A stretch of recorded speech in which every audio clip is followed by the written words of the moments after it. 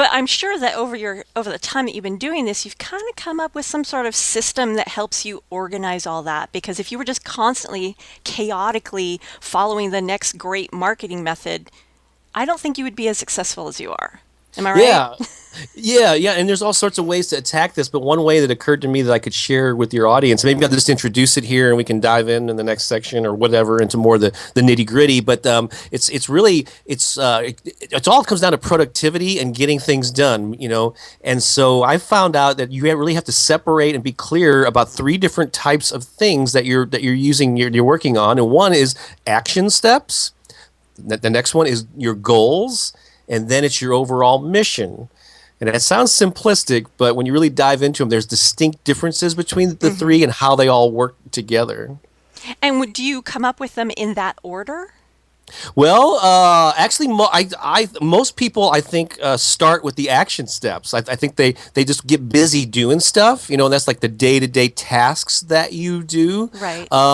and that's better than doing nothing. I mean, there's like sort of levels of efficiency. I mean, doing that is better than not doing anything, just talking about it. At least you're taking action, so that's huge to take action. Right. When it's just action that's not attached to a goal, then it's sort of like random action.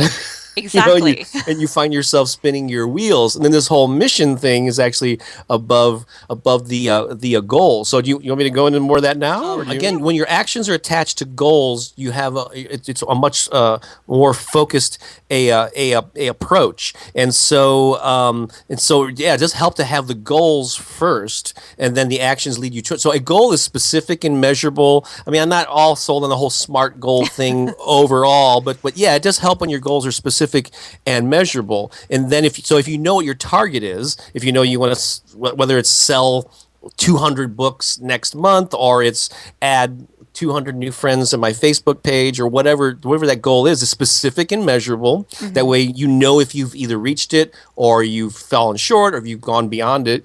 And then that will lead to a very specific action step. If I need to sell 200 books, then you get your mind going with specific actions you can take to help you move that toward, as opposed to sell more books or get my name out there. That's like a vague. Like a lot of people actually have goals like that.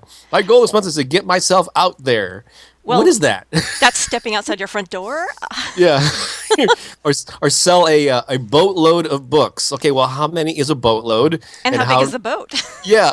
How do you know when you've reached boatload status? You really don't, because so it's not specific and measurable. And so I think that having those goals and then the action steps become a lot more clearer once you know what you're heading toward. Exactly.